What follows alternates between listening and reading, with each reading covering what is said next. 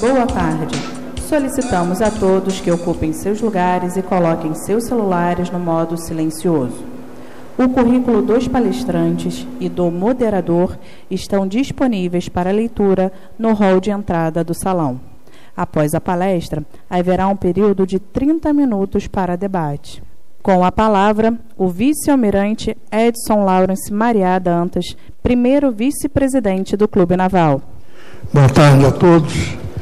Em nome do presidente do Clube Naval, Almirante Palmer, que nesse período ele está de férias, gostaria de dar as boas-vindas a todos, agradecer a presença de todos. É uma alegria grande para o Clube Naval poder estar aqui sediando essa palestra dos 40 anos da primeira expedição antártica, ter a oportunidade de rever aqui amigos, contemporâneos, companheiros de outras jornadas aí que não vi há algum tempo. Agradecer também aí a presença dos guardas marinha do CIAW e aspirantes da Escola Naval. Para dar sequência, eu passo aqui a palavra ao Almirante Alkfury, que vai dar início aí aos nossos trabalhos. Obrigado. Boa tarde a todos. Com a permissão do Almirante, do nosso embaixador, vamos iniciar essa atividade organizada pelo Clube Naval no contexto do bicentenário da independência do Brasil. Em 2019, quando a Marinha começou a organizar os eventos alusivos ao nosso bicentenário, a diretriz do comandante da Marinha foi de que nós não nos ateríamos apenas ao evento de 1822, 1823, em que a Marinha teve um papel fundamental. O grito do Ipiranga ecoou em todo o território nacional e fora, graças à nossa Marinha, que foi então formada para levar essa mensagem de independência onde havia tropas adversárias, onde havia províncias que não queriam ficar subordinadas ao imperador. Então a Marinha teve um papel fundamental naquela ocasião. E vem tendo ao longo desses 200 anos. E é dentro dessa ideia que vem a diretriz do comandante da Marinha, mostrar o que a Marinha tem feito a partir da nossa independência em prol do nosso país ao longo desses 200 anos.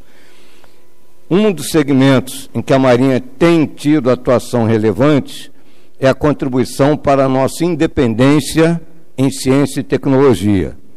Um país que não domina a ciência, que não domina a tecnologia, ele não tem sua independência assegurada.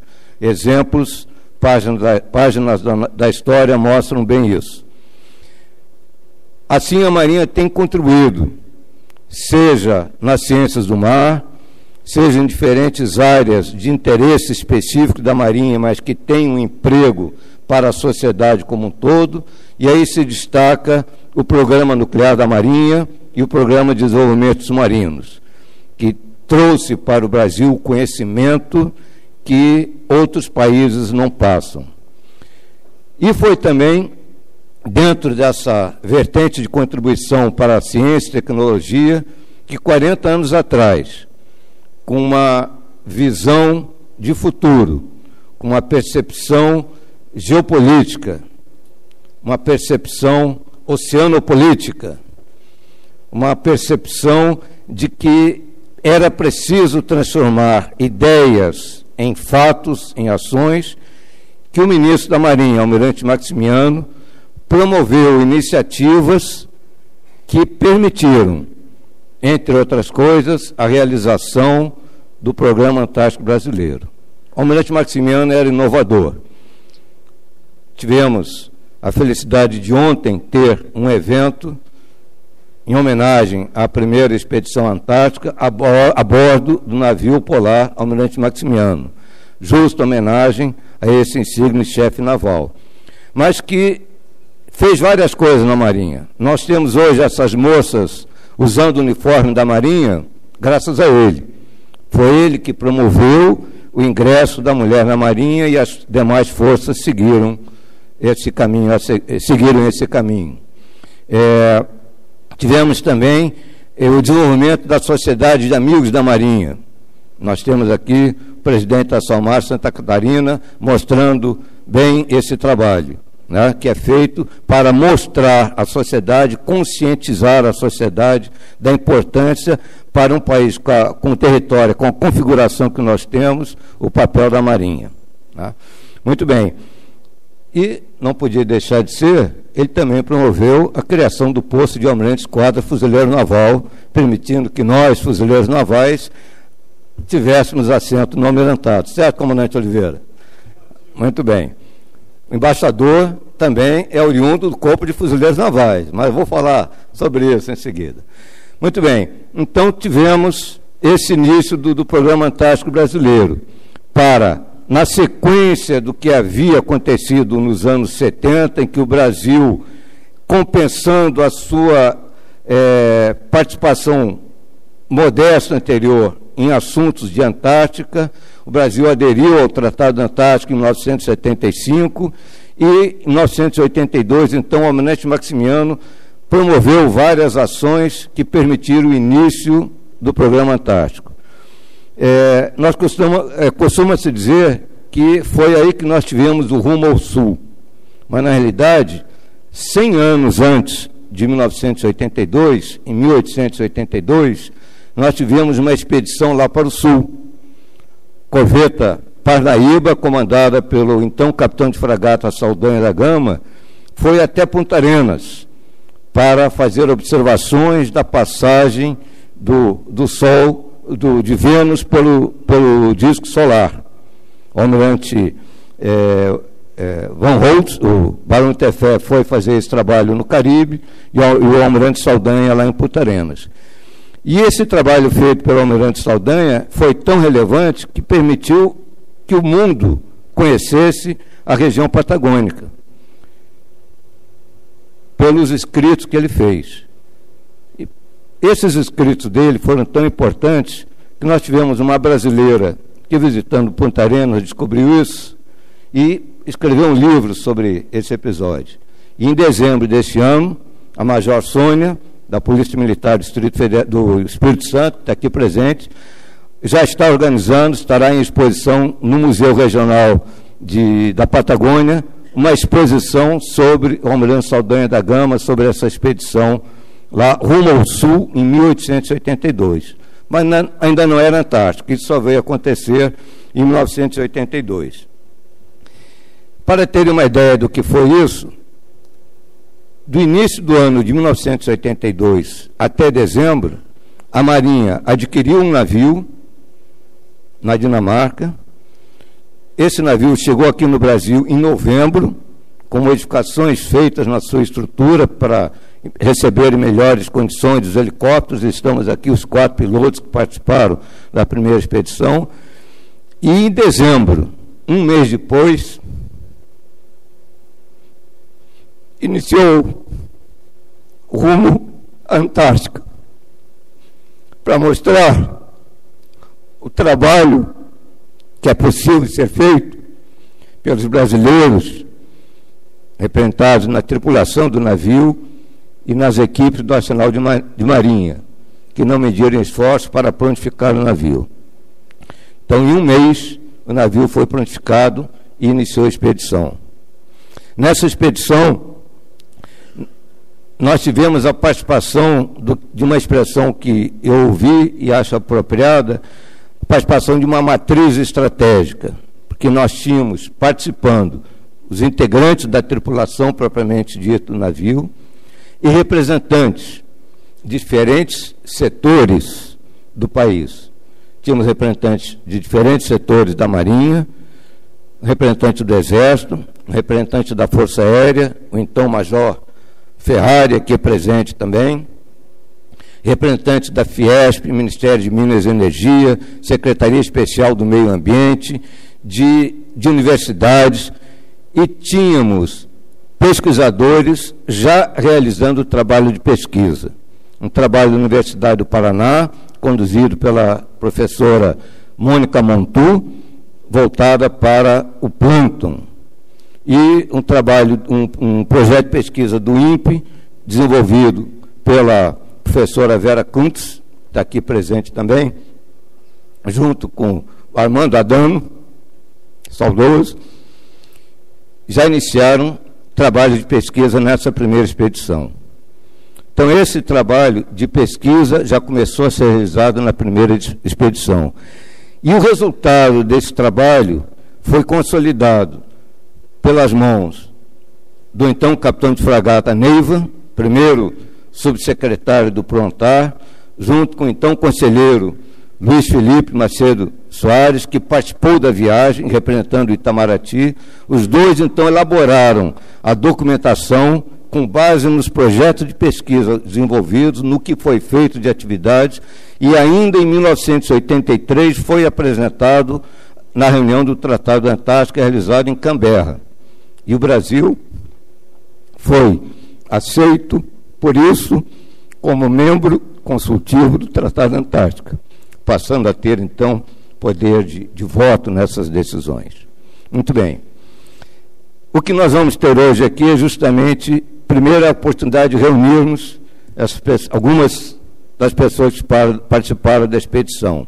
Mas, mais importante, falar, mostrar para os que aqui estão também, e aqui em especial me dirijo aos aspirantes da Escola Naval, os guarda-marinha do curso de formação de oficiais do CAW, que estão iniciando suas carreiras na Marinha, e os cumprimentos por isso, foi uma bela escolha que fizeram, para iniciarem essa carreira conhecendo um pouco do que a Marinha faz em proveito do nosso país, no caso, a sua contribuição para o desenvolvimento científico e tecnológico do Brasil.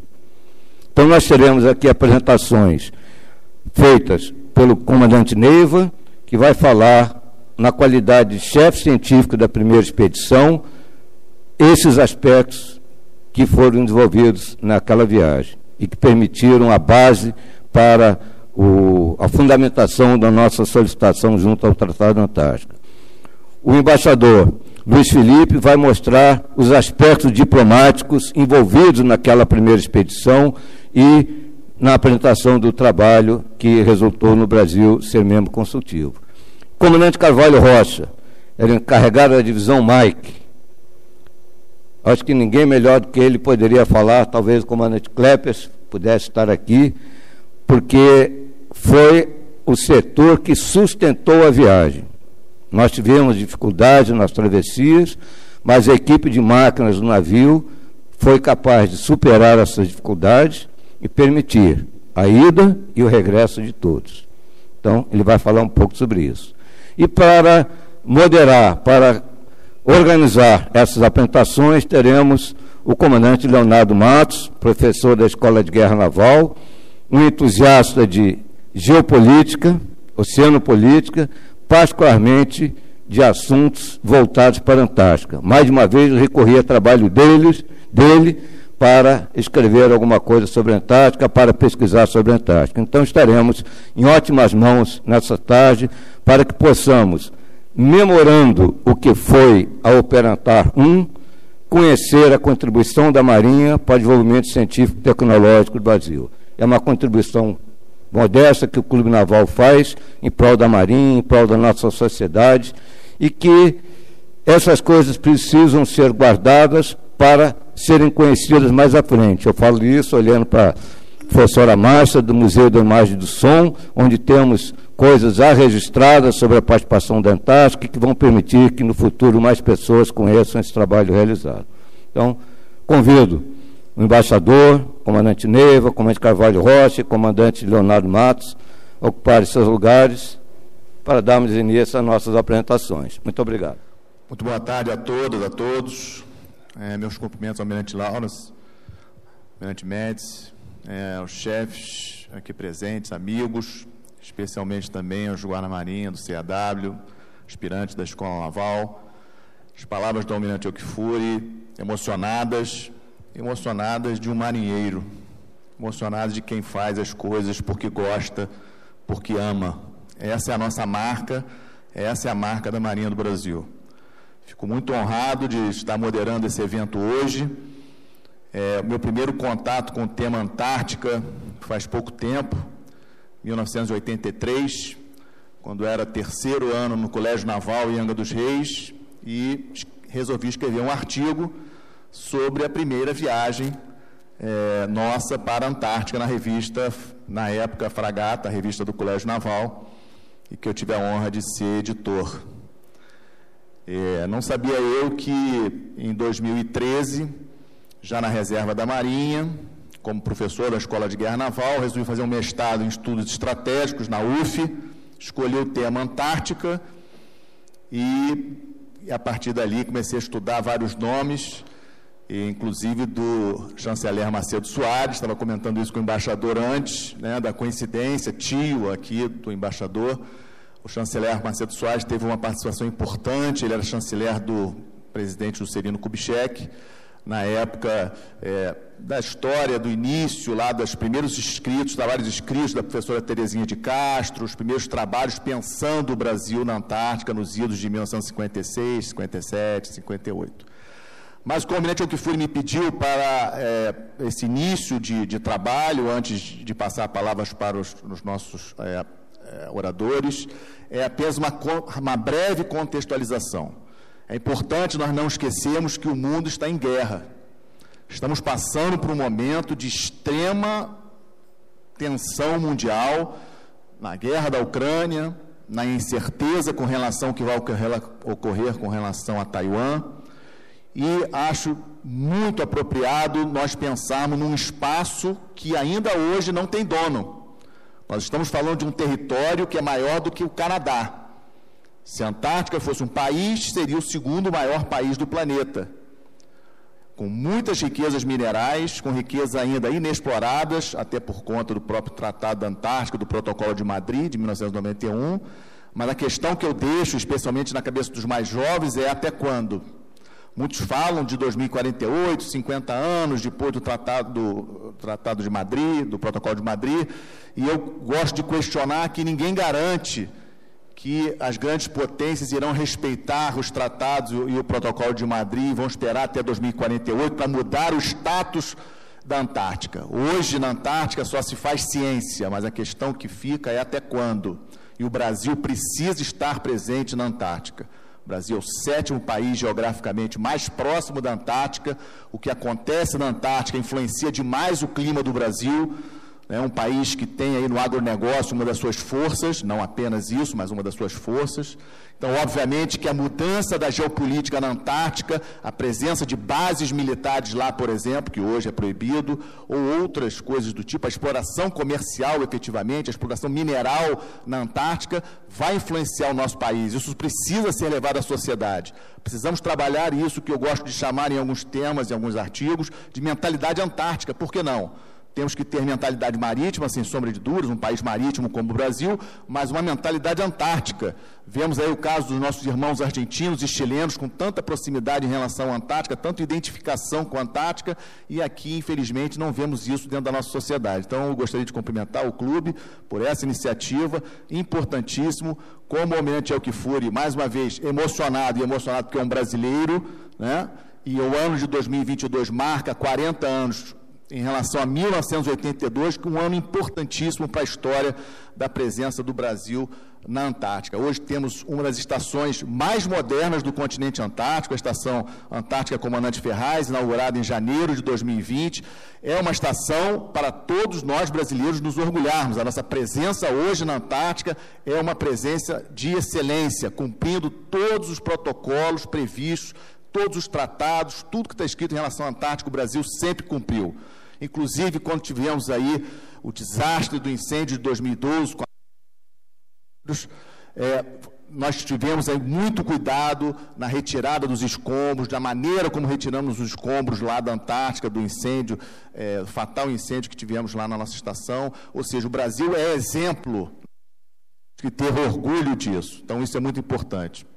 Então, gostaria, essas breves palavras de introdução, não quero roubar, obviamente, os nossos nossos palestrantes, que são as estrelas do nosso evento, que vão passar a experiência deles desse momento, de como foi esse momento, 82, 83, ou como o almirante Alkifuri comentou, o Barão de Tefé deixou o Rio de Janeiro em dezembro, em 20 de dezembro de 1982, e eu também gostaria de lembrar a todos, que eu acho que é importante ressaltar, que de Santos partia o professor Besnar, navio de pesquisa da Universidade de São Paulo, que foi junto com o Barão de Tefé para a Antártica, ou seja, a ciência brasileira junto com as Forças Armadas, ou seja, essa é a cara da nossa presença na Antártica, a ciência junto com as Forças Armadas. E foi interessante o almirante ter comentado da presença da Força Aérea Brasileira aqui, do Major, então Major, na viagem de 82, porque já pousamos o nosso primeiro C-130 na Antártica, na base chilena, em agosto de 1983.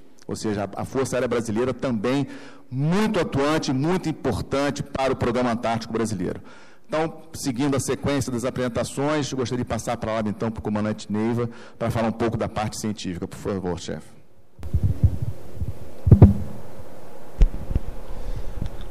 Olá, boa tarde a todos. Ao almirante Lawrence, nossos agradecimentos pelo Clube Naval nos abrigar hoje nesse encontro que eu considero extremamente importante sob vários pontos de vista, o histórico com certeza e vários outros pontos de vista, como o almirante Alkifuri bem ressaltou. Então, ao Clube Naval, os nossos agradecimentos a todos os presentes, e um agradecimento especial aos nossos aspirantes e guardas-marinhas presentes.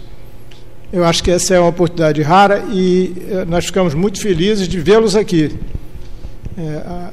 Eu acho que, em palavras anteriores, não só do almirante Alkifuri, mas do comandante Leonardo, eu acho que ficou já bastante claro um fio histórico do que nós estamos falando. Isso é importante porque muito do que a gente vai dizer aqui tem a ver com aquele momento, né? E, claro que em outros momentos nós teríamos outros desenvolvimentos, os acontecimentos seriam bastante diferentes. E só para reforçar um pouco esse ponto, até para a compreensão dos que não estiveram, claro, nem poderiam estar presentes naquela época, houve ali um momento, assim, digamos, de oportunidade. Se vocês olharem bem as datas que foram faladas aqui, uma data que não foi explicitamente mencionada, mas todo esse esforço começou por volta de 1958, que houve um evento internacional chamado Ano Geofísico Internacional, em que quase todos os países do mundo participaram de pesquisas em todos os locais do mundo. Na época, o Brasil participou também com apoio direto da Marinha e, entre outras atividades, com a reocupação da Ilha da Trindade, onde foi instalado um posto de observação meteorológica e um posto de observação também magnético, né, porque ali fica numa fratura da Cordilheira Atlântica e há traços ali de movimentação tectônica. Então, em 58, o Brasil fez isso, participou ativamente do Ano Geofísico Internacional, mas, contrariamente a muitos outros países, não participou em nada de Antártica. Com isso, e na época houve, então, essa primeira reunião do que veio a ser depois o Tratado da Antártica, e que o Brasil não participou naquela ocasião, porque não desenvolveu nenhuma atividade científica na Antártica. Esse talvez seja o gênese da história. Em 1975, então, o Brasil foi signatário, assinou, né, o Tratado da Antártica posteriormente, mas não na condição de poder se fazer ouvir diretamente o tratado. Ele foi um membro que aderiu ao tratado sem ser aceito como um membro consultivo, porque não tinha participado de nenhuma atividade anterior. E aí, para completar um pouquinho desse histórico anterior, para localizar bem de que nós vamos falar em seguida, foi assinado em 75 o Tratado da Antártica pelo Brasil, aderiu ao Tratado da Antártica, mas nada desenvolveu em seguida. Esperava-se e havia previsão, né, quer dizer, os documentos oficiais mostram que o Brasil deveria ter constituído uma comissão nacional para traçar uma política antártica para o país e também a criação de um Instituto Antártico, que seria, então, a entidade de pesquisas que iria desenvolver as atividades brasileiras. Isso não aconteceu. E aí chegamos em 1982, quando eu acho que foi assim uma conjugação dos astros, né? Parece coisa de astrólogo mesmo, né? Em que vários oficiais ouviram bem uma voz que já estava na sociedade. Já havia várias manifestações de interesse brasileiro em relação à Antártica. E essa voz teve eco na Marinha, na ocasião, o almirante Maximiano, ministro, na secretaria da Comissão Interministerial para os Recursos do Mar, o almirante Múcio Piragibe Ribeiro de Bacher, que tomou a iniciativa disso, e eles, em conjunto com outros almirantes que na época estavam no Estado-Maior da Armada e na Diretoria de Hidrografia e Navegação, especificamente na Diretoria de Hidrografia e Navegação, nós tínhamos, na época, para falar mais simplesmente das coisas, havia dois almirantes Freitas, era o Freitinha e o Freitão, né? O Freitinhas era o Luiz Carlos de Freitas, que era o diretor de Hidrografia e Navegação, e no Estado-Maior da Armada, o Fernando Freitas, também hidrógrafo, junto com o almirante Orlando Afonso. Então, essa conjugação de pessoas que na ocasião, conseguiram ouvir esse eco que já vinha da sociedade, de várias pesquisadores, não pesquisadores, mas historiadores, digamos, hoje seriam os influencers. Havia vários influencers na época, e eles então ouviram isso e tomaram a decisão de, então, dar uma partida nesse programa Antártico. Quer dizer, aquela comissão que teria existido antes, nunca existiu, nunca foi formada, e então a proposta era que a Comissão Interministerial para os Recursos do Mar, a CIRME, tomasse a iniciativa de fazer isso, ainda que provisoriamente, até que fosse criada, então, uma comissão, como previa a legislação criada em 75. E assim foi feito. E aí, sob um ponto de vista, e eu não vou me alongar nessa história, eu acho que já deu bem, né, para os nossos queridos aspirantes guardas-marinhas e demais presentes que não são familiarizados com isso, percebessem qual era o quadro, né, qual era o contexto que nós estávamos naquela época. E a chave de todo o negócio era nós fazermos chamadas pesquisas relevantes na Antártica, pesquisas de relevo, pesquisas que realmente dessem uma contribuição ao conhecimento humano. Esse é que era o ponto essencial, né? Então, sob o ponto de vista mais estrito da pesquisa, simplesmente acontecia o seguinte: de uma hora para outra abriu-se a possibilidade de um programa de pesquisas que podia ter uma amplitude inimaginável que a gente pudesse ter na ocasião, mas era um programa que não estava estruturado, não tinha uma fonte de financiamento, não tinha cientistas interessados, obviamente, porque os cientistas que estavam na época trabalhando já tinham seus próprios programas de pesquisa, seus planos, seus projetos. Praticamente não havia ninguém disponível para se apresentar daquilo, para se apresentar para esse novo programa que estava ali aparecendo, né? E o nosso trabalho, então, na CIRME, com toda a equipe que se formou e mais todas as pessoas que foram envolvidas na época, tentávamos mapear isso, onde é que estão possíveis interesses nossos com relação à Antártica. Talvez o primeiro deles tenha sido justamente a parte de física da alta atmosfera, que a professora Vera Kuntz, aqui presente, foi a primeira participante efetiva em loco, né? Porque é só lembrar, né, no polo, o campo magnético da Terra é praticamente nulo ali, então é um local absolutamente privilegiado para esse tipo de pesquisa. Então, isso naturalmente, essas pesquisas já existiam no Brasil, né, principalmente no INPE, Instituto Nacional de Pesquisas Espaciais, na Universidade Mackenzie, em São Paulo. Esse foi, então, um primeiro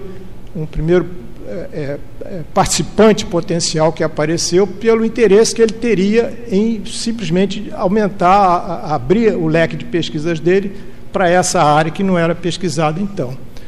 A biologia marinha, porque, lembro-se, não sei se vocês percebem isso, quer dizer, quando você fala em Antártica, você está falando numa biomassa, quer dizer, uma massa vamos dizer assim, biológica, né? no mar e nas aves e no cetáceo e tudo que existe, extremamente rica, mas extremamente rica, muito mais rica que qualquer outra parte do mundo. Mas com um contraponto curioso, né? Porque aquela enorme biomassa não tem uma enorme biodiversidade. A biodiversidade é muito pequena. Em qualquer outra parte do planeta, qualquer região tropical, subtropical, enfim, você vê uma enorme biodiversidade e uma massa pequena. Na Antártica é ao contrário. Você tem uma biomassa gigantesca, mas tem uma diversidade extremamente pequena. Então, aí aparecia um segundo campo de pesquisa de interesse de muita gente no Brasil, na biologia marinha. Da mesma forma, os sistemas de correntes todos, se a gente pensar no Atlântico Sul, a corrente do Brasil que desce ao longo da costa brasileira e se encontra com a corrente que vem do polo, a corrente das Malvinas, se encontram ali fazendo o giro oceânico do Atlântico Sul. Toda essa parte oceanográfica, toda essa parte do oceano começa com as águas que esfriam na parte sul dos continentes, de uma maneira geral, próximo à Antártica, e afundam ali. Então, todo o mecanismo de correntes oceânicas está ligado a esse mecanismo. Então, naturalmente, um terceiro campo seria justamente a oceanografia física, a descrição desse movimento das massas de água.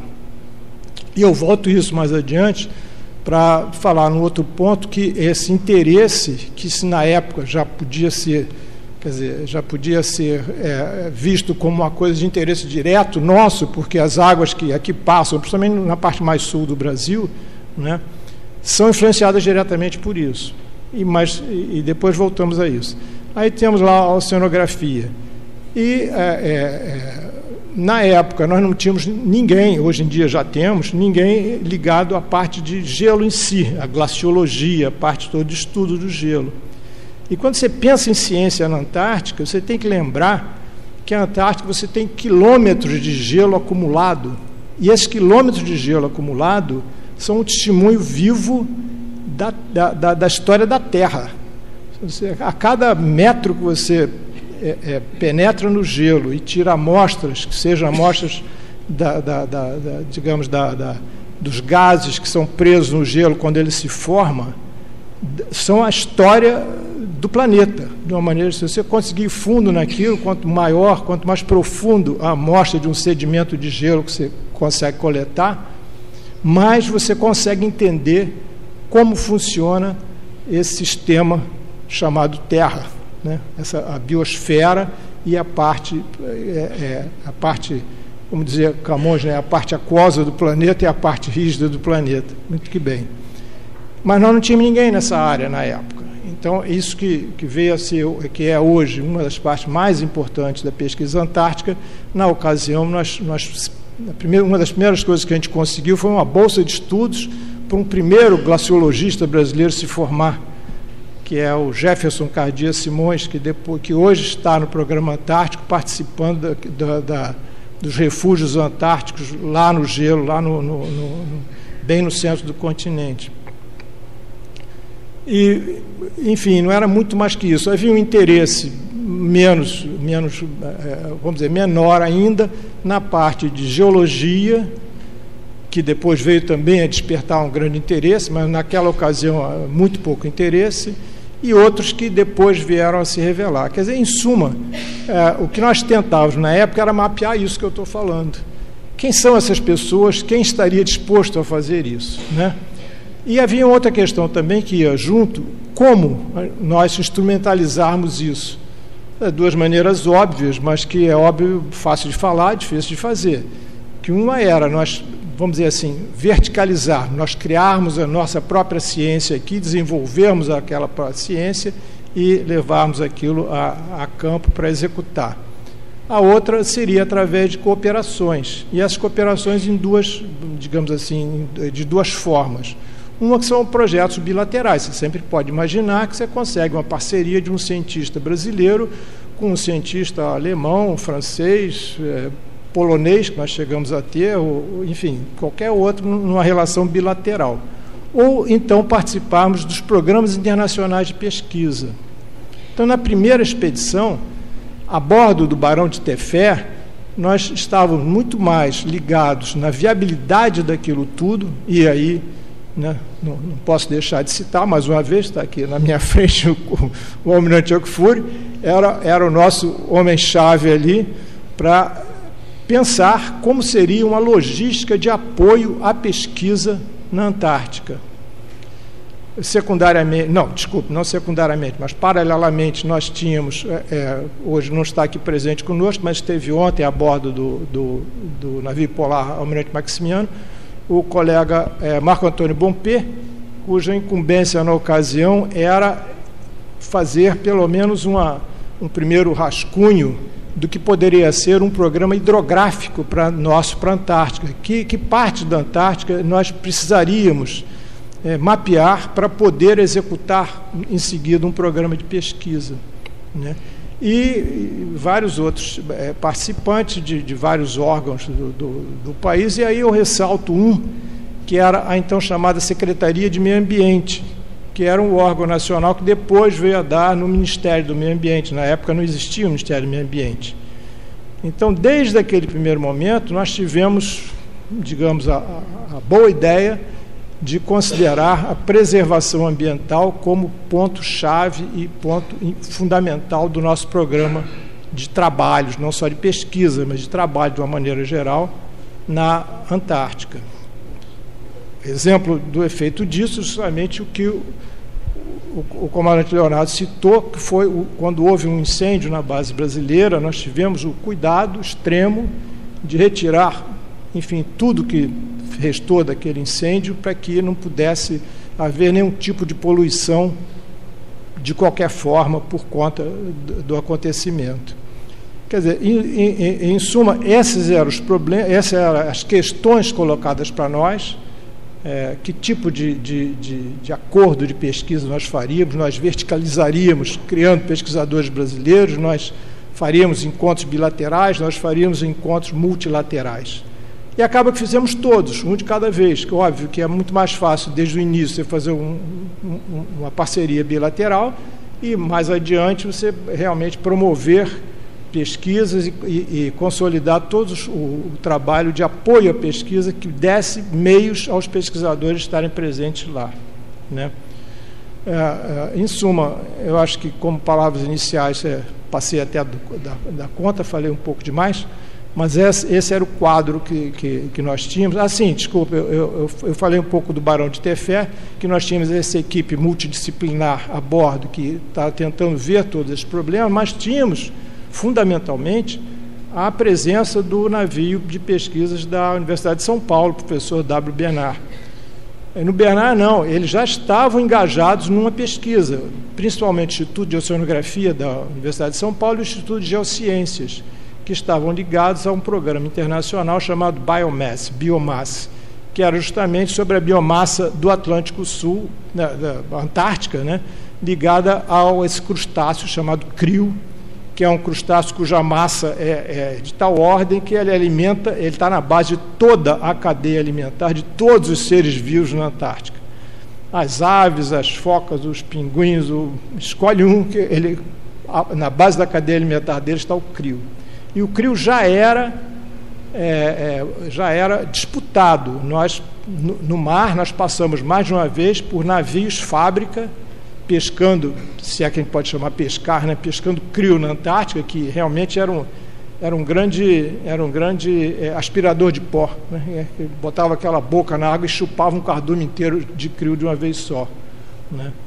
Então já havia uma preocupação, mesmo com o tamanho da biomassa da Antártica, que supera de qualquer outra região do mundo, mas porque já havia uma predação daquilo. E esse era um cuidado que a gente já tinha, já era uma preocupação que a gente tinha desde aquela ocasião. Então, o papel do trabalho científico feito a bordo do Bernard foi absolutamente fundamental, porque ele realmente, desde o primeiro minuto, foi quem começou efetivamente a realizar uma pesquisa antártica, e com exceção, mais uma vez, do que nós fizemos a bordo do Barão de Tefé com a parte de física da alta atmosfera. Eu acho que isso dá o panorama para a gente, a partir daí, continuar a conversar. E muito obrigado pela primeira oportunidade aqui. Obrigado.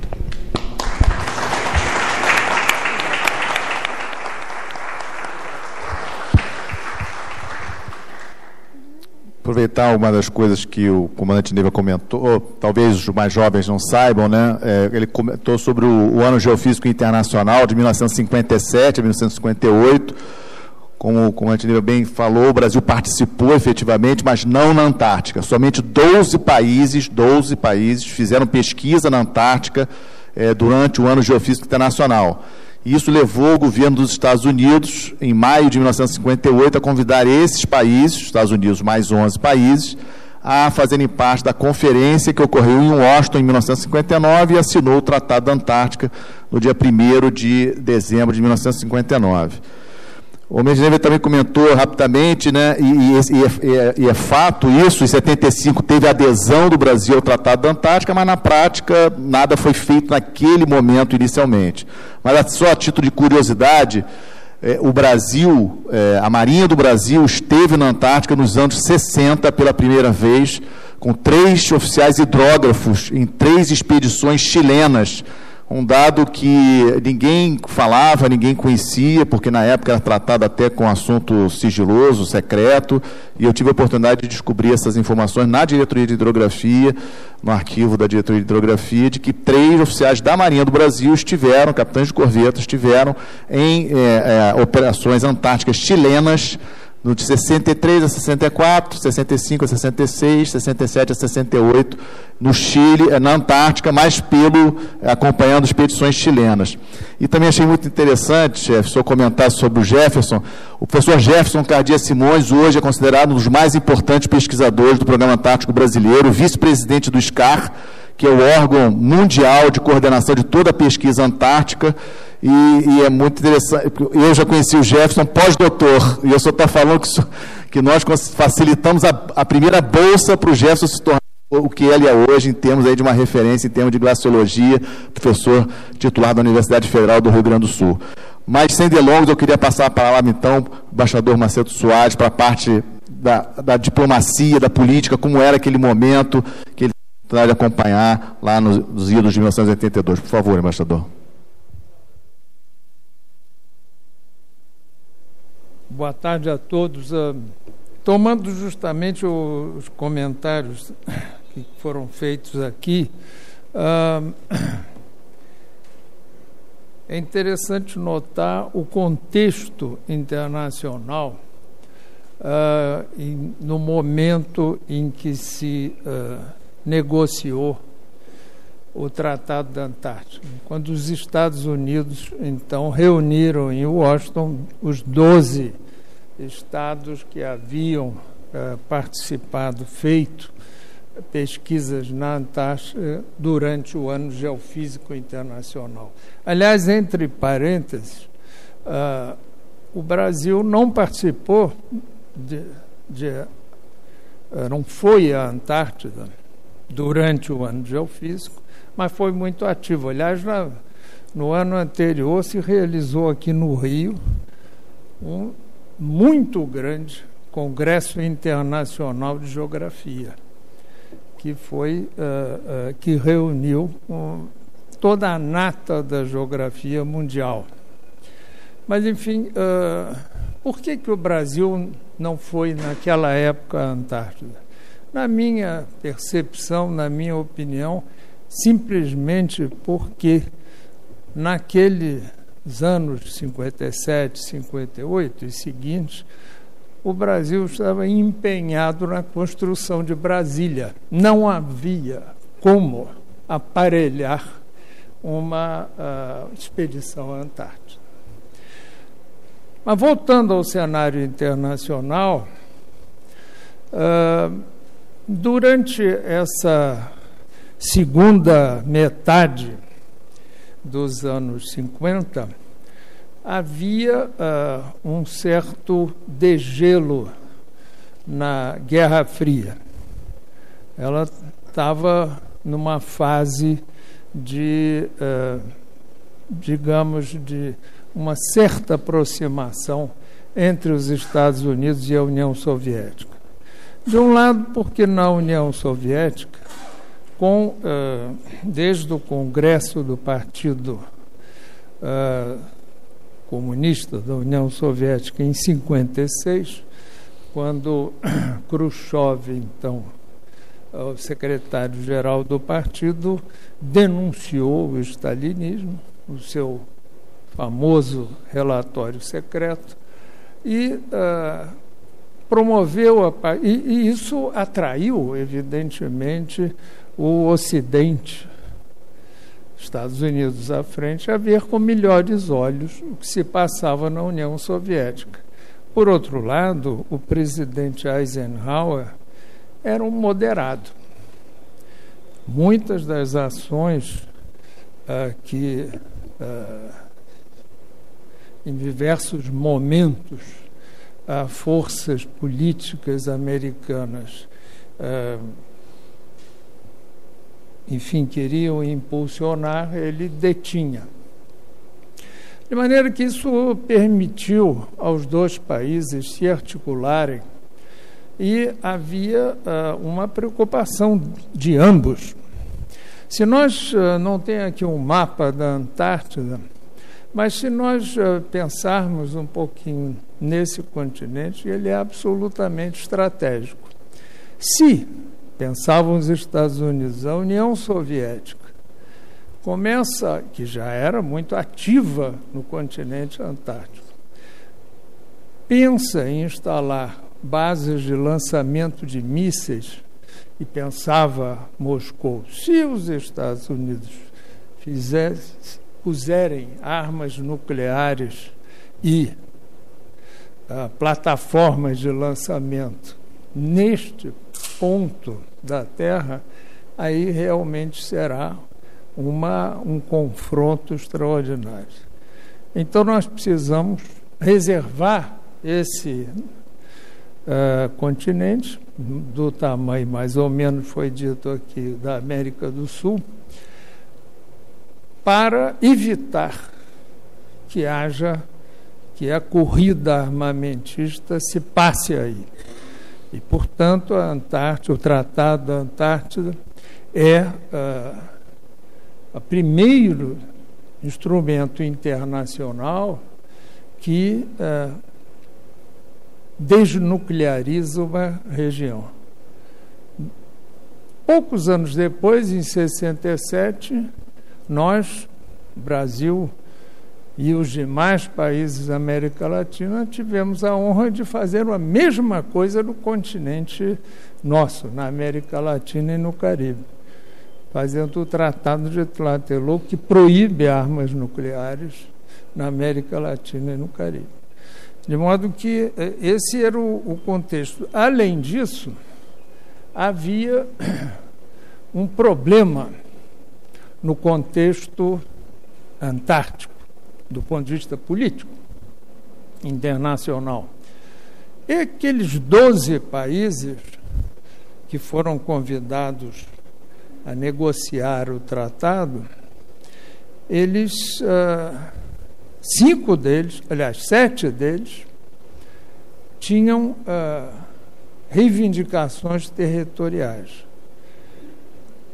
Reivindicavam fatias do continente, sendo que alguns deles até de maneira parcialmente superposta, no caso da Argentina, Chile e Reino Unido. Os Estados Unidos e a União Soviética não tinham nenhum interesse em reivindicar território. Essa, aliás, veio a ser a posição do Brasil. O Brasil não participou daquela negociação. Por que eles não queriam reivindicar?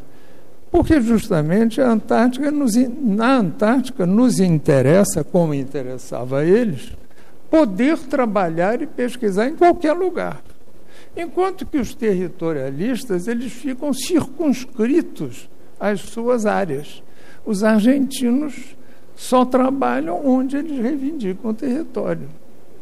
Enquanto que a Antártida está aberta para o Brasil, por exemplo. O tratado teve muito interessante. Ele não é longo, porque ele tem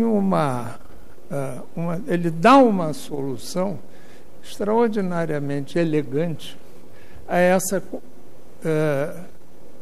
confrontação entre os territorialistas e os não territorialistas. Como fazer um tratado que una essas opiniões opostas?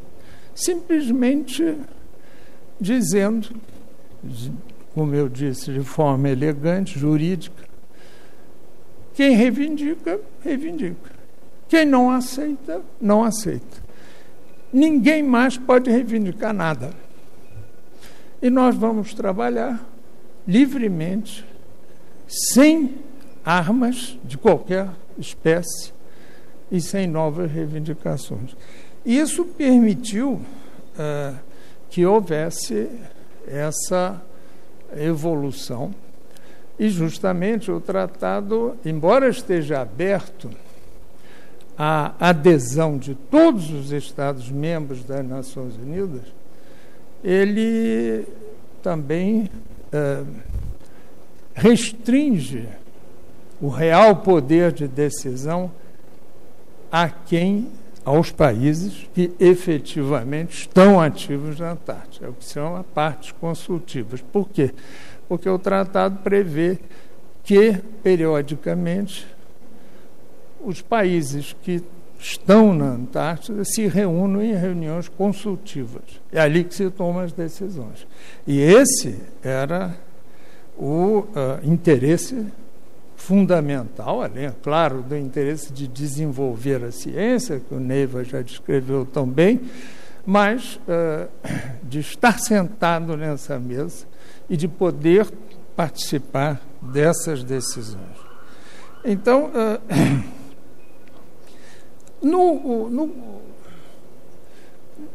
havia um problema para o Brasil quando o Neiva disse: nós aderimos ao tratado em 75, mas não fomos lá, ficamos, nem criamos o Instituto Antártico, que estava previsto. Isso porque nós tínhamos ainda um problema de uma sensibilidade justamente em relação à Argentina e ao Chile também. Nossos vizinhos, países territorialistas, e no caso principalmente da Argentina, país que nós tínhamos naquele momento, pelo menos desde os anos 60, uma situação de dificuldade política em torno do uso dos rios da Bacia do Prata, e que levou, em determinados momentos, a uma tensão real entre os dois países. De maneira que, e é curioso, por exemplo, notar que no Itamaraty, Antártida era um assunto tratado pela divisão que cuidava das relações bilaterais com o Brasil e a Argentina. Então o Brasil dizia: não vamos entrar, nós já temos um problema aqui bilateral, vamos criar talvez outro, é melhor não. De maneira que no final dos anos 70, quando nós fizemos o acordo que levou à construção de Itaipu e que realmente desanuviou a relação Brasil-Argentina, que vai depois florescer com Sarney e Alfonsin a partir de 1985, nós aí nos sentimos muito mais à vontade. E justamente dentro do Itamaraty, eu gosto de contar também a petite histoire, né, como as coisas... Aí o encarregado, o titular, o chefe da área bilateral que tratava com a Argentina, o embaixador Rubem Ricup, na época conselheiro, esse o assunto, então, não precisa mais ser tratado aqui. Isso é um assunto multilateral. Deve ser tratado pela divisão das Nações Unidas, onde estava eu, que cuidava de direito do mar. Disse: já cuido de direito do mar, então... E é por isso que eu acabei cuidando da Antártida. É curioso, quando a gente pensa que nesses anos iniciais dos anos 80, da década de 80,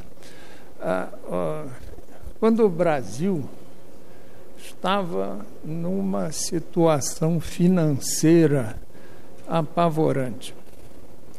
O ministro da Fazenda, o presidente do Banco Central, o presidente do Banco do Brasil, o gerente da agência do banco em Nova York, todo dia suavam frio para fechar a caixa à meia-noite, porque o Brasil está sempre à beira da falência.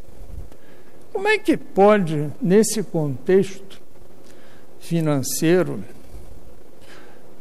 lançar um programa antártico? Eu vou... A minha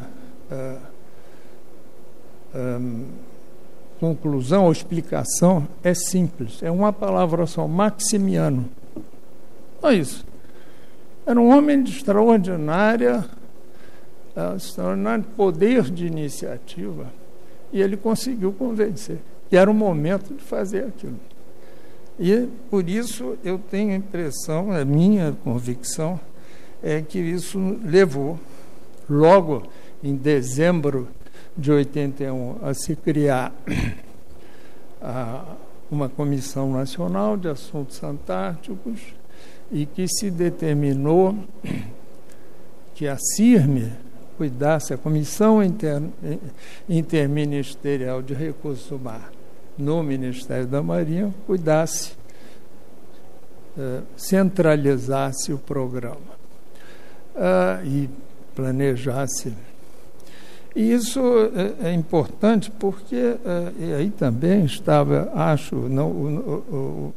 entre outros, é claro, mas a liderança do almirante Maximiano, é que a Marinha se deu conta, ou já tinha se dado conta, que o Brasil, com uma enorme área de interesse marítimo,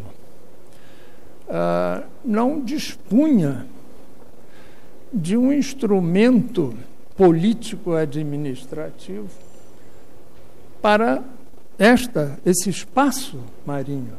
O espaço marinho nacional, aliás, até hoje, não existe um Ministério do Mar no Brasil. Não estou propugnando isso, apenas notando que, no nosso caso, até quando se dá a superfície do Brasil, não se leva em conta a superfície marinha, principalmente quando finalmente se ratificar a nossa plataforma continental.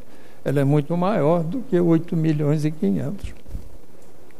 Mas, enfim, a Marinha, então, criou um órgão colegiado, portanto, ela não se atribua à própria Marinha, mas ao todo o governo, no Ministério da Marinha, para ali lançar programas. E foi lá, neste andar do Ministério da Marinha, que no começo de 1982, Neiva, eu e outros, nos sentamos e ficamos olhando assim: e agora, o que a gente vai fazer? Como é um programa antártico? Como vamos... E trabalhou-se ali em grande harmonia e conseguiu-se chegar a preparar essa viagem. Durante a viagem, também quero responder a uma pergunta que possa ser suscitada na cabeça de vocês. Por que havia um diplomata, então, no navio? Porque nós estávamos partindo para uma ação internacional, científica, sim, mas também política e internacional, porque estávamos indo fora do Brasil. Visitamos estações de 7 países, de países territorialistas e países não territorialistas.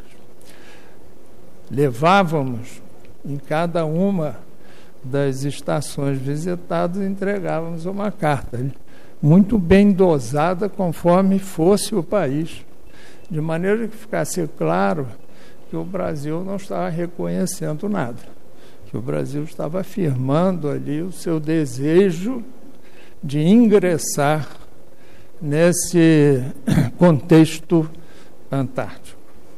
E isso, então, essa era uma razão. Mas também ocorreram fatos, por acaso, em que foi necessário alguma intervenção diplomática. No dia 1º de janeiro de 83, o navio entrou no que o Reino Unido, os ingleses, chamavam de área de exclusão. Lembrem-se que a Guerra das Malvinas tinha terminado, enfim, a sua parte realmente bélica, terminado alguns meses antes. Imediatamente, o Barão de Tefé foi sobrevoado em voos rasantes por bombardeiros Harrier. Então foi preciso sair correndo, porque nós corríamos o risco do navio ser abordado por algum navio inglês, coisa que nós não poderíamos fazer porque o Brasil não reconhecia a reivindicação, não reconhece a reivindicação britânica sobre as Malvinas. Então, aquilo era uma situação em que nós precisávamos sair rapidamente. E eu me lembro de ainda já de noite, o oficial de dia me mostrou pelo radar que havia uma série de navios em frente. E realmente era uma tensão muito grande. Mas aqueles navios desapareceram, nós saímos da área de exclusão. Mas, mais adiante, voltando da península para Punta Arenas, para reabastecimento e reparos, nós fomos parados no canal de Beagle. Então, uma área em disputa entre Chile e Argentina, realmente em estado que beirava um confronto militar. E fomos ali detidos por um barco patrulha argentino. Ali também cabia ter muito sangue frio para não deixar parecer nem a um nem a outro lado, porque os chilenos estavam ali olhando, que nós estávamos tomando algum partido. E isso levou a umas 12 horas em que eu estive muito em contato com Brasília e os nossos pilotos saíram de helicóptero, tiveram problemas também, mas conseguimos evitar um mal maior nessa circunstância difícil. Por isso, eu acho que havia alguma utilidade numa presença diplomática, além do convívio tão agradável que nós tivemos talvez uma circunstância não inédita, porque em outros navios da Marinha do Brasil havia contato entre civis e militares, mas ali foi uma viagem longa em que havia um grupo científico e a tripulação do navio. Então, a harmonia que se criou foi notável. Eu, em todos os momentos, me senti extremamente, diria até em casa. Eu queria citar algumas pessoas que eu... o comandante Fernando Pastor, com o qual eu me dei muito bem, ele nos levou lá e nos trouxe de volta. Isso eu acho notável. Ninguém tinha ido lá, não era uma navegação nova para o Brasil e uma circunstância muito particular. E, como eu dizia, um navio com uma população de grande diversidade, né? E aqui o chefe aqui de máquinas, o seu chefe, o comandante Klepper, que vivia coberto de graxa, também é responsável pelo navio ter ido e voltado. E aqui o pessoal de máquinas teve um trabalho que eu pude testemunhar, e que havia uma personalidade também que sui generis, porque ele não tinha nada a ver nem com o Brasil, nem com o Programa Antártico Brasileiro. A Marinha teve a ideia genial de contratar o antigo comandante do Taladã, depois Barão de Tefé, um dinamarquês, o navio aéreo dinamarquês, que tinha muita experiência, porque o Taladã era um navio fretado pelo Programa Antártico francês, por isso os avisos do navio eram escritos em dinamarquês e em francês, que era muito elegante.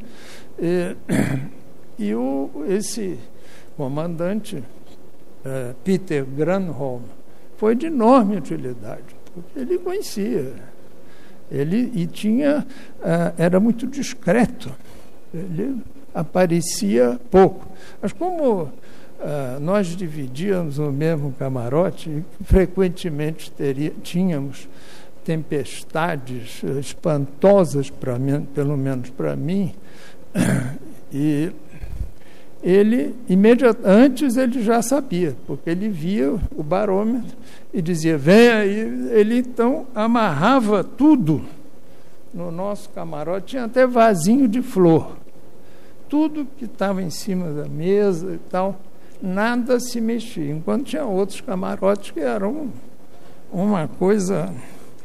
Então, esses personagens, e finalmente, no último dia, antes de chegar a Rio Grande, houve um jantar festivo, muitos falaram e eu falei, e disse, olha, eu gostaria que a futura estação científica brasileira na Antártida tem o nome de Ferraz, porque Luiz Antônio Ferraz foi um oficial exemplar.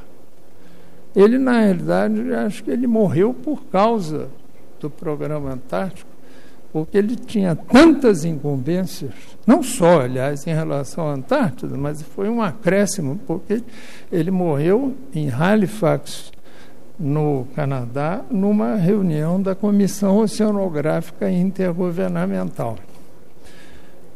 E ele foi encarregado também de saia por aí e compra um navio, e tem que ser em poucos meses. Ele levou tudo aquilo, mas com grande humor, com grande fidalguia e com grande empenho. Eu acho que foi um acerto extraordinário. Finalmente, nós temos com isso uma coisa extraordinária, um enorme programa científico que tem 40 anos. Isso no Brasil, nem em país do mundo isso é comum, não. E certamente no Brasil não é. São já pelo menos 2 gerações de cientistas que fizeram suas carreiras. Alguns fizeram um pouco no Programa Antártico, depois saíram, foram cuidar de outras coisas, mas há pessoas que seguiram as suas carreiras, viram os seus trabalhos frutificarem, inclusive internacionalmente, por conta do Programa Antártico Brasileiro. Tudo isso é motivo para nós comemorarmos. Eu agradeço o almirante Elco Fury pela sua iniciativa e também ao Clube Naval. E obrigado a todos.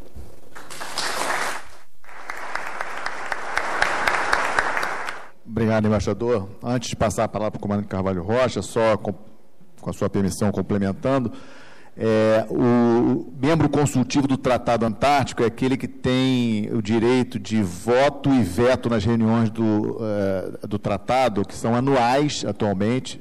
Na verdade, elas já são anuais já há muitos anos, e atualmente apenas 29 países são membros consultivos.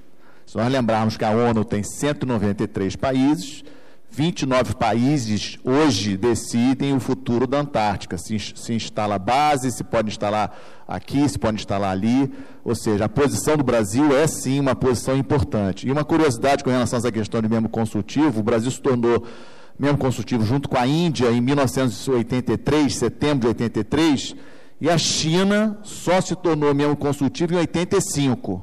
A China hoje está construindo a sua 5ª estação. Apenas a título de reflexão geopolítica. Passar a palavra, por favor, ao meu chefe, comandante Carvalho Rocha. Satisfação enorme revê-lo, chefe. Boa tarde a todos. Primeiro, gostaria de agradecer ao Clube Naval pela oportunidade de poder falar e contar um pouco sobre a comissão na Antártica. Agradeço muito. Nós somos oficiais de marinhas e somos orgulhosos de sermos sócios do clube. E ao almirante Ego Fury pela gentileza do convite que me fez. A Operação Antártica, ela começou a preparar realmente a ida com a aquisição do Barão de Tefé. Teve uma corrida atrás de um navio para que pudesse ser feita a expedição e foi escolhido o Barão de Tefé, que pertencia a uma empresa dinamarquesa, a J. Lauritzen. Era um navio construído em 1957 que tinha sofrido uma modernização em 75. Nessa modernização, eles colocaram mais um convés para ter camarotes para passageiros, no caso, pesquisadores, e trocaram os geradores. O motor continuou o mesmo. O motor era um Burmeister Wind, de construção dinamarquesa, de 7 cilindros. A Burmeister depois foi comprada pela MAN, e hoje é MAN Burmeister. E os geradores eram noruegueses, Fricks.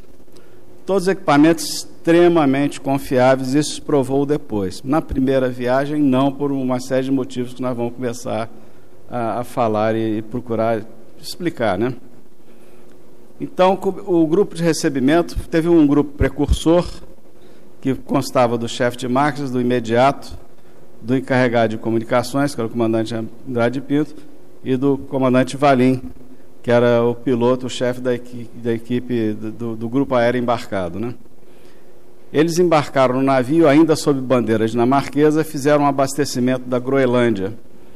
O Taladã, ele, no verão do norte, ele abastecia a Groenlândia pela Dinamarca, Groenlândia é território dinamarquês, e no verão do hemisfério sul, ele era arrendado pela França, Feita essa viagem, o navio atracou, aí chegou o grupo Alfa, que faziam parte eu, o comandante Joaçaba e mais 11 praças. O comandante ia com a gente, mas ele passou primeiro em Londres e depois é que foi para lá. Chegou uns 2 dias depois. Começou, então, o navio com um período de recebimento que seriam de 7 dias. Ou seja, em 7 dias tinha a tripulação do navio, nós, brasileiros, estavam recebendo o navio e eles estavam ali para passar a gente. Passar as informações para toda a tripulação brasileira. Mas tem um detalhe interessante. Essa viagem da Groenlândia que ele fez, que foi a última sob a bandeira dinamarquesa, ele fez com uma tripulação toda nova. Ou seja, ele trocou comandante imediato, e botou uma tripulação toda nova. Então, o comandante Peter Granholm, que era o comandante do navio, não fez essa comissão, não era mais o comandante, e era uma tripulação toda nova. Eles conheciam os equipamentos, mas não conheciam bem o navio. Equipamentos, sim, que eram de uso da Dinamarca, etc., motor Burmeister. Então, isso já foi uma dificuldade para a gente, quer dizer, um período curto, 7 dias, e uma tripulação que, embora conhecesse os equipamentos, não tinha o conhecimento específico do navio. Tinha um fator complicador muito grande. Todos os manuais, planos, etc., eram dinamarquês. Não tinha nada em inglês, imagina em português. Então era tudo em dinamarquês. Manual do motor, manual de equipamentos de comunicação, equipamentos de convés, tudo em dinamarquês. Então isso é um complicador muito grande. né? Não é só para a máquina, não, para todos, né? Então, passado esse período de 7 dias, nós assumimos o navio. Ele não tinha sido incorporado, mas já ficou com a gente. Então, desembarcou a tripulação dinamarquesa e nós ficamos a bordo. Já foi chegando os outros grupos e compondo a nossa tripulação. Nesse período entre a incorporação e do navio, recebimento e a incorporação do navio, que foi em dia 28 de setembro de 82, nós começamos a nos familiarizar com o navio. Fizemos algumas pequenas modificações, por exemplo, camarotes, botar mais uma cama para poder levar mais gente, etc. Fizemos uma preparação, algumas coisas, alguns reparos que se mostravam necessários, mas nós não tínhamos nem como ver o que era necessário de fazer reparo, nós não conhecíamos os navios. Tínhamos que começar a operar. E fizemos uma docagem do navio num dique flutuante dinamarquês para conhecer o fundo do navio, que isso é muito importante. Você vê como é que é o fundo, como é que o leme, não, olha o plano, não é a mesma coisa.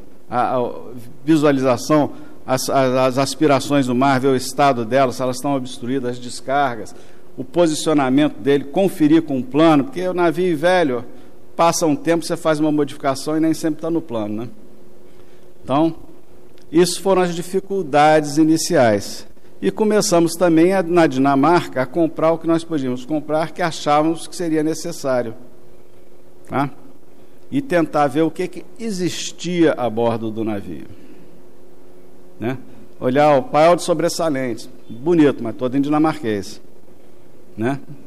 Bom, feito isso, depois da docagem, nós fizemos uma experiência de máquinas de 24 milhas. E ficamos prontos para voltar para o Brasil. Nós voltamos. O Borre fica num canal que tem no norte da Dinamarca, né, que corta a Dinamarca inteira. Então, quando nós saímos para o Brasil, não precisamos dar a volta pelo norte da Dinamarca, nós saímos pelo canal e fomos direto e fizemos 2 escalas. Uma em Southampton e outra em Lisboa. Nesse caminho já começou a surgir um ponto importante. A Marinha sabiamente contratou um oficial de máquinas dinamarquês para acompanhar a gente na viagem até o Brasil. Embora ele não fosse da tripulação original do navio, ele conhecia os equipamentos e falava dinamarquês e lia dinamarquês, né? Isso era muito importante. E foi uma excelente aquisição, era uma ótima pessoa. E muito leal a quem o estava contratando. Então nós descemos e nesse caminho já começou a surgir um primeiro problema, que era um problema que tinha de bico injetor do gerador. Né? Os geradores, tem que saber o conhecimento, ele tem uma mola que regula a tensão, que regula a pressão de injeção para pulverizar o motor diesel e fazer a queima. E essa mola quebrava. Aí você tirava, limpava, ajustava, passado uns dias ela quebrava de novo. E o próprio dinamarquês ficou surpreso com isso. Ele não sabia o motivo. Ele pegou, não, deixa eu fazer, vocês podem estar fazendo errado, e quebrou. Quando nós paramos em Southampton, tivemos um problema numa válvula, tivemos que trocar uma válvula de um dos cilindros do MCP, mas problema, é trabalhoso, mas é problema comum em navio. Apenas trabalhoso. Pelo porte, pelo tamanho, a válvula é desse tamanho, grande, né? Bom, e fomos descendo, fomos a Lisboa foi mais tranquilo, e fomos chegando no Brasil, e nós tínhamos 2 problemas observados. Esse da quebra da mola dos bicos injetores e a selagem de óleo para o passo do navio. O navio tinha um sistema de passo controlado do hélice, e ele tinha o que eu chamo de um falso mancal em torno do eixo, que era uma selagem para você injetar o óleo para o sistema.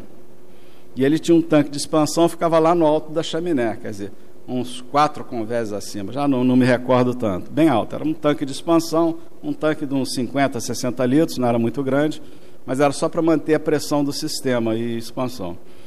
Estava vazando, e ele vazava óleo pela selagem. Isso nós olhamos, não tínhamos como resolver ali em viagem, falou, quando chegarmos no Brasil, o Arsenal vai resolver aquilo, né? Então foram esses 2 problemas observados inicialmente. Na realidade, esses foram realmente os 2 problemas persistentes em toda a viagem. Chegando no Brasil, e nessa ida para o Brasil, todo mundo trabalhando, né? Quer dizer, o setor de intendência, de conforto, tentando conhecer o navio, ver os recursos, aprender a operar, até operar a chapa do fogão, tem que ter resistência de sobressalente, tinha que ver se queima uma chapa de fogão. Tudo isso foi vendo. Convés, tratando o convés, que tinha placas de ferrugem, né? Era um navio mercante, ele estava classificado, como todo navio mercante, atendia às exigências da época, de Solas e Marpol, tá? Mas era um navio como mercante, que visava lucro. Então, a manutenção dele, principalmente que ele já estava vendido, não era das melhores possíveis.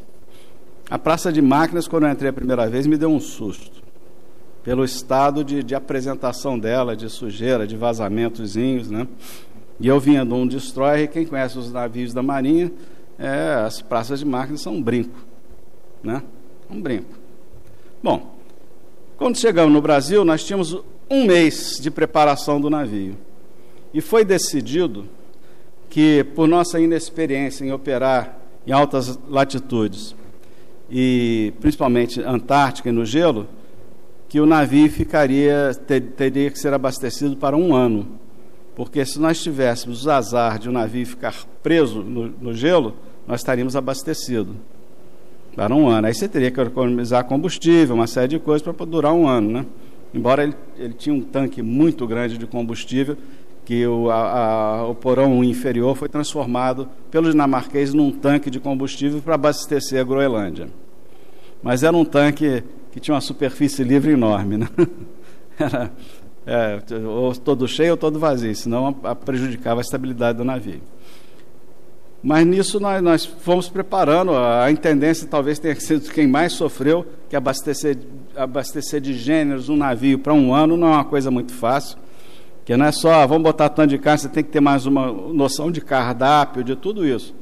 Fora material outro, toalhas que pode escangalhar, sabão para a máquina, abastecimento para viver 1 ano. Eram 88 pessoas, né, a bordo, né? 88, né? Então você tem que planejar. Isso em 30 dias. Sobressalentes, o que nós íamos levar de sobressalentes? Não só da máquina, mas do convés também. O convés tinha que levar cabos, tinha que levar graxa, e eram guinchos que nós não conhecíamos, né? Então, é 1 mês de trabalho contínuo para todos os setores. A gente fala da máquina, não foi só da máquina. Todos os setores de trabalho contínuo, tá? Para preparar para nós irmos e ficarmos, se fosse o caso, 1 ano na Antártica, tá? Muita coisa não se conseguiu, né? Correria até o último dia. Um detalhe que eu esqueci, que é muito importante: o navio era em corrente contínua. A parte de máquinas era corrente contínua. Corrente contínua não é difícil, mas nós não tínhamos o hábito de trabalhar em corrente contínua. Os submarinistas têm mais hábito, porque os submarinos têm corrente contínua, né? Mas eu, por exemplo, no destroyer não tinha experiência de corrente contínua. E corrente contínua tem uma coisa, dos motores todos tem escova que gasta. E essa vai dar o problema final da viagem. Problema final da viagem. Suspendemos e fomos no arsenal. No período do arsenal, antes de suspender, o comandante Marinha já tinha visto as necessidades para operar as aeronaves, que nós operamos dentro de todos os padrões que a Marinha estabeleceu com anos e anos de experiência. Então foi construído tanque para combustível, foi aumentado o convés de voo, acho que mexeu nas búricas, fixação da aeronave também, né? Para poder pegar a aeronave. Uma série de exigências foram feitas no navio também. E o arsenal foi ver aquele vazamento do eixo da selagem do HPC. E chegou à conclusão que não tinha condições de fazer, porque teria que regularizar a superfície do eixo, que ela só pode ser feita se tirar o eixo do navio e botar num torno, ou se montar toda uma máquina em torno do eixo para fazer no local, o que não havia tempo útil. Aí entrou a experiência, que é uma coisa muito importante, dos mestres do Arsenal de Marinha. Então o mestre Darcy, ele viu aquilo, ele tomou 2 providências fundamentais. Ele preparou todo um sistema de chapa fina para coletar o óleo vazado, para que a gente pudesse reaproveitar. Que o óleo que vazava era óleo bom, novo, limpo, para a gente reaproveitar. Isso foi essencial. E pediu os planos do navio para que já preparasse os moldes para fazer a fundição da carcaça, que além da superfície do eixo ali estar irregular, a carcaça já estava corroída. Era uma carcaça de 1957, né? Então, enquanto o navio está viajando, ele já está fazendo molde, já está fundindo tudo novo para trocar na volta para a viagem seguinte. Então, o mestre quer dizer, era uma pessoa de farta experiência. Ele viu, na mesma hora ele já sabia o que ele tinha que fazer. Aqui não dá para fazer isso, papapá, e preparou. Então, nós fizemos e fomos o tempo todo recuperando esse óleo. E era certo que, à medida que nós fôssemos usando, esse vazamento iria aumentar. E foi aumentando. Tá? Não me lembro assim de outras preparações, mas várias outras preparações. Convés, por exemplo, o comandante Arantes, ele teve que verificar a vedação de todas as tampas de porão, né? Você pega um temporal, você vai confiar que a tampa está boa? Não, você quer ver, né? Então você fecha, abre o porão, fecha, marca, bota o giz, o alvaiade, tudo, fecha, vê se fez uma pedra, se está estanque realmente, para não pegar um temporal e começar a entrar água num porão, né? Tudo isso teve que ser verificado, e eram só 30 dias. E uma tripulação que era uma tripulação reduzida para o padrão que nós estamos acostumados a trabalhar na Marinha. O departamento de máquinas inteiro eram 2 oficiais e 11 praças especializadas e 2 marinheiros sem especialidade, tá? Então, isso não é o comum de um navio de guerra, que é aquele que nós estamos acostumados. É possível operar? Tanto é que foi. Mas isso é uma situação bem diferente. Partimos para a primeira viagem, suspendemos. O problema do gerador continuou acontecendo, do bico injetor. Nós tínhamos... No Brasil, quando nós chegamos, nós chamamos o representante do fabricante, que era o sistema de injeção, era Bosch. Eles vieram a bordo, não, nós vamos resolver tudo isso, trocaram tudo, montaram, e o problema persistiu. E fomos descendo, compramos sobressalente. Nós tínhamos sobressalente suficiente, que nós, quando fizemos essa revisão, nós compramos, né? E levamos o sobressalente. Em termos de sobressalente, para esse problema, nós estávamos tranquilos. E fomos descendo, fomos a Rio Grande. Rio Grande recebemos a segunda aeronave, né? Foi em Rio Grande, foram as duas ou foi uma só? Já não me lembro, recordo mais. Foi Rio Grande, né? A aeronave, o comandante Faria, os pilotos falam melhor do que eu posso, porque eles conhecem, mas era uma aeronave, embora antiga, ela era projetada para operar a bordo. Então ela operou muito bem com qualquer tempo, né? Era uma aeronave, foi sensacional. A primeira parte da viagem, nós fomos para a Península Antártica, tá? Descemos, né? Tivemos muita sorte no Drake, não pegamos temporal nessa primeira travessia, né? Quem conhece temporal e acha que é forte é porque nunca foi para a Antártica. Aí descemos, atravessamos o Strait de Drake e começamos a navegar pela península. Essa trazia um problema extra para o imediato. A bordo, quem é o dono, quem controla toda a parte de conforto, etc., é o imediato, principalmente a parte de água. Então nós tínhamos o grupo destilatório que produzia água para abastecer o navio. Só que esse grupo destilatório era um grupo destilatório de baixa pressão, que trabalhava com a fonte de calor, era a água de resfriamento do motor principal e dos geradores. Toda vez que nós fundeávamos, parávamos o motor principal, então a vazão diminuía, então a produção do grupo destilatório caía. E como o comandante Peter Granholm falou, né, com os franceses sobrava água, com o dinamarquês ela dava, com o brasileiro não tinha condição. Então, imediato vivia preocupado, eram as duas preocupações imediatas, a água e o estresse e o cansaço da tripulação que estava trabalhando direto, todos os setores, não é máquina só não, todos os setores. Então, tivemos que fazer um gráfico para botar no corredor, para as pessoas verem o consumo de água, com uma risquinha, ó, na hora que chegar aqui não, vão ter que fechar a água, o pessoal vai ficar sem tomar banho, né? Porque caía muita produção quando o navio ficava fundeado. Mas não chegamos a precisar, não. Todo mundo colaborou e foi transcorrendo essa primeira fase sem grandes contratempos. Tivemos umas avarias de bombas, isso é comum acontecer, os bicos injetores continuaram quebrando, trocando. E tinha mais uns outros probleminhas no gerador. O motor principal não dava problema, era uma maravilha. E era um motor antigo, daqueles que se andava por cima, e os balancinhos eram externos, e a lubrificação era por chumaço, né? Então tinha um copinho de óleo com um feltrozinho que por capilaridade ficava pingando. Aí você andava com uma montolia, que nem aquele maquinista de trem velho, né, enchendo os copinhos de lubrificante, né? A parte de conforto acho que funcionou muito bem, né? A vida de bordo acho que funcionou muito bem como um todo, não teve problemas na vida de bordo, né?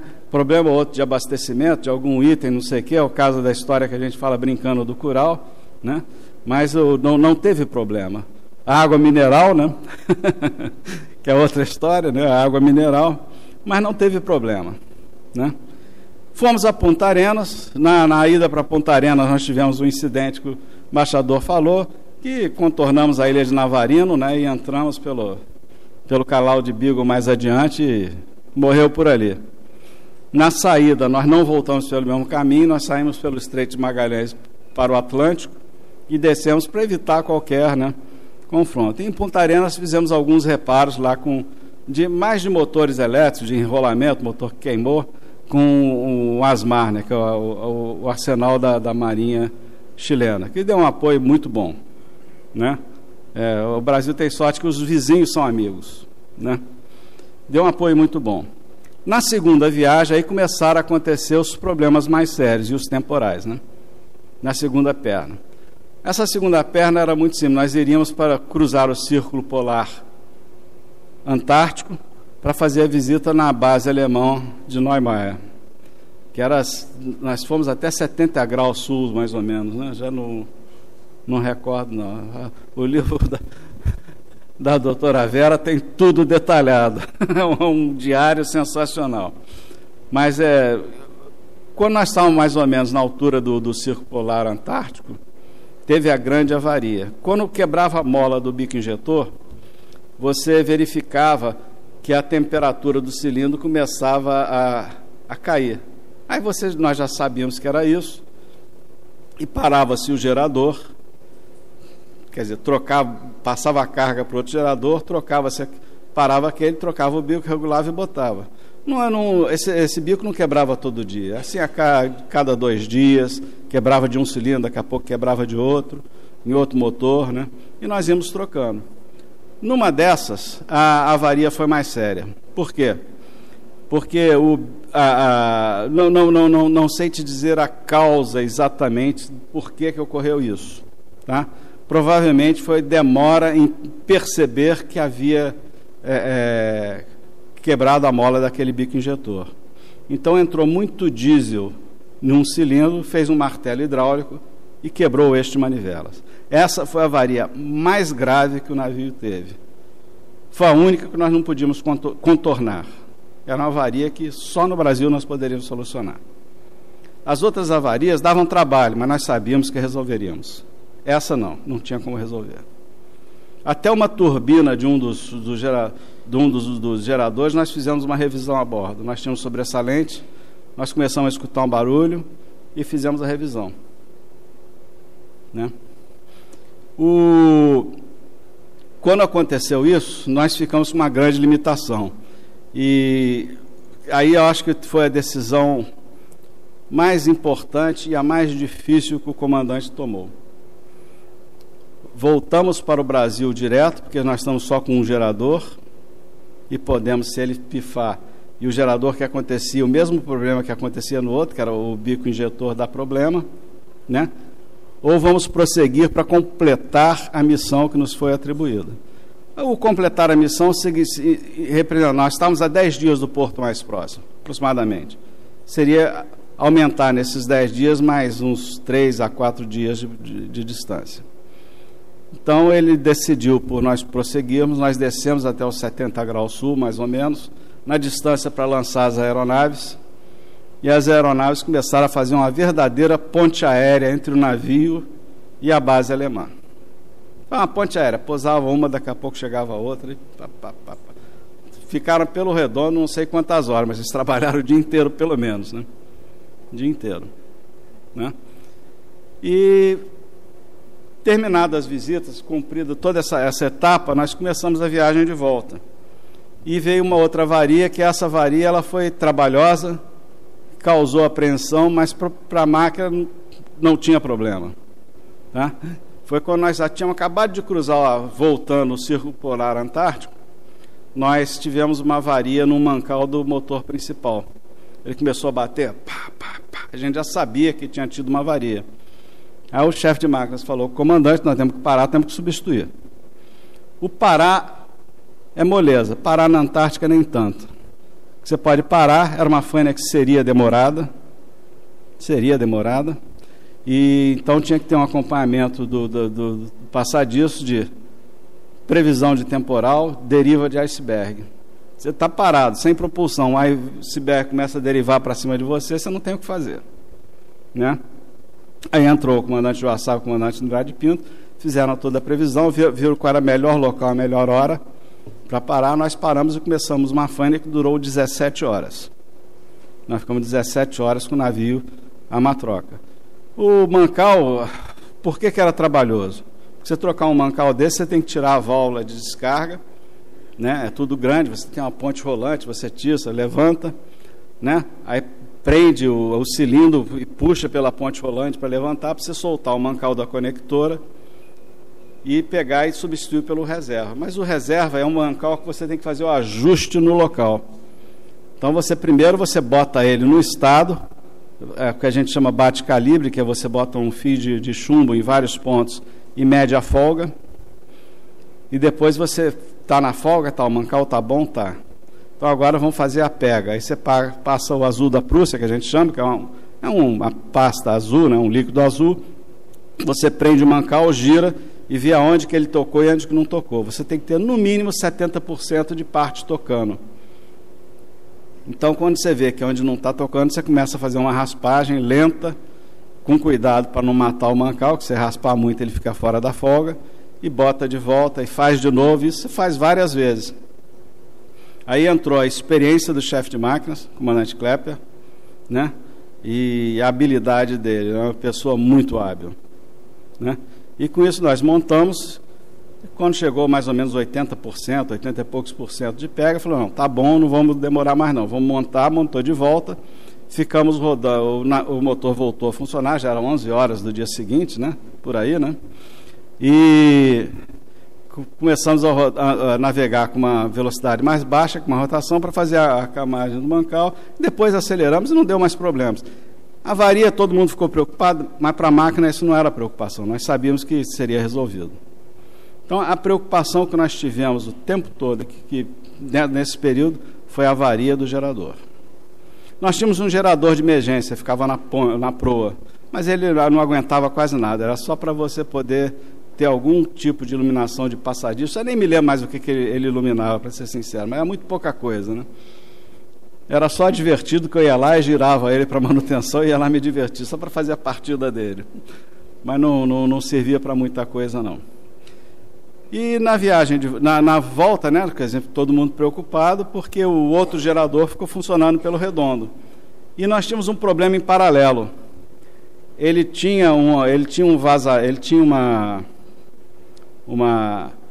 vazamento nas bombas injetoras, era uma para cada cilindro, que estava diluindo o lubrificante dele com combustível. Antes, o que a gente fazia? Atingia o limite de 5%, a gente parava, trocava de gerador e trocava o óleo. Mas nós não podíamos fazer isso. Então a gente ficava com muito cuidado, com o motor funcionando, a gente ia baixando o óleo até o nível mínimo, botava óleo novo. Então quando ele chegava a 5%, a gente baixava até o nível mínimo, botava óleo novo, a diluição ficava em torno de 2%. Daí a um dia, mais ou menos, ela atingia os 5%, a gente fazia isso de novo. Não lembro quantas vezes fizemos isso umas 4 vezes. Sempre tem um risco, mas não é um grande risco. Mas era uma preocupação, que nós tínhamos medo disso aumentar.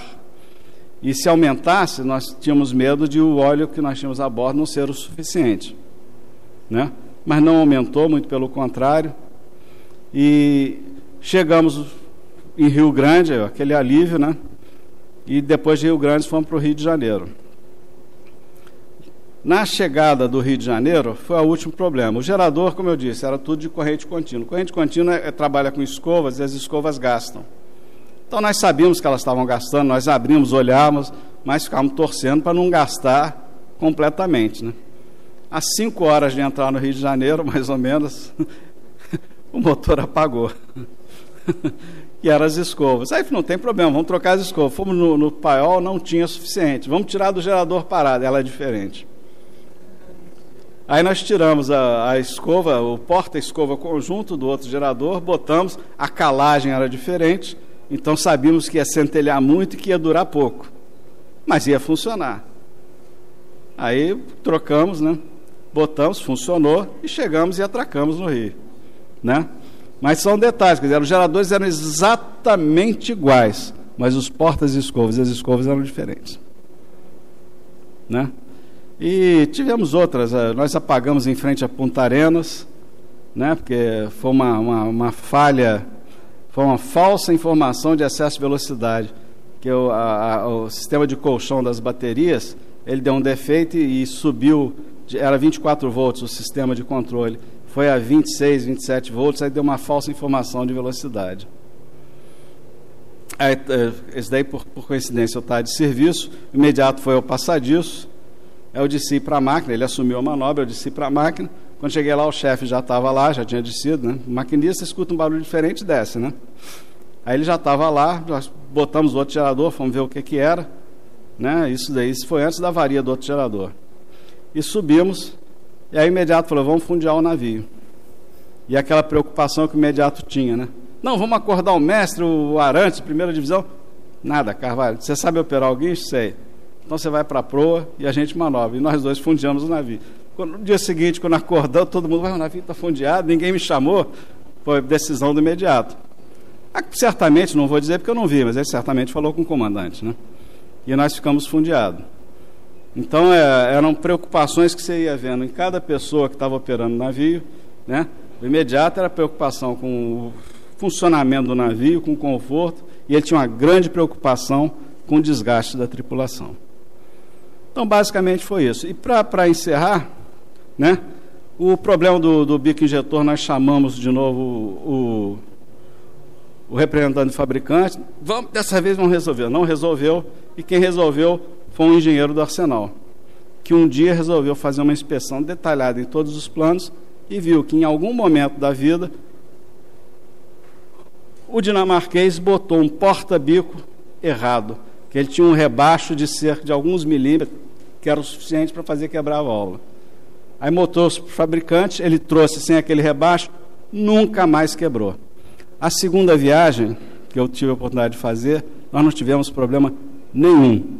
O chefe de máquina, o almirante Ravanelli, ficou se dedicando às firulas, a ajustar o MCP, fazer a regulagem perfeita.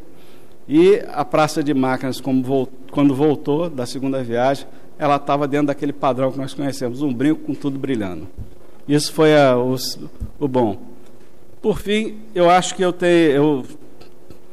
tive muita sorte, não só de fazer a viagem com o Barão do Café, como ter o chefe que eu tive. O comandante Klepper não pôde ver, ele já está mais velho, está com problemas de saúde, mas é uma pessoa excepcional. Excepcional, e esse é o responsável pelo bom andamento da máquina. Pessoa excepcional. Tá? E, por fim, eu acho que também devemos muito ao comandante Pastor, que com o jeitão dele, etc., ele tomou decisões muito difíceis, mas cumpriu a missão que lhe foi dada. Tá? Decisões difíceis. Essas decisões, a decisão do comandante é na solidão do comando. Quem comandou sabe disso. Na hora que ocorre alguma coisa, todo mundo olha para você e você está sozinho. E ele decidiu e deu certo. Tá? Então, mais uma vez, muito obrigado pela oportunidade. Né? Mais uma vez, muito obrigado ao clube e ao Almirante Alcântara.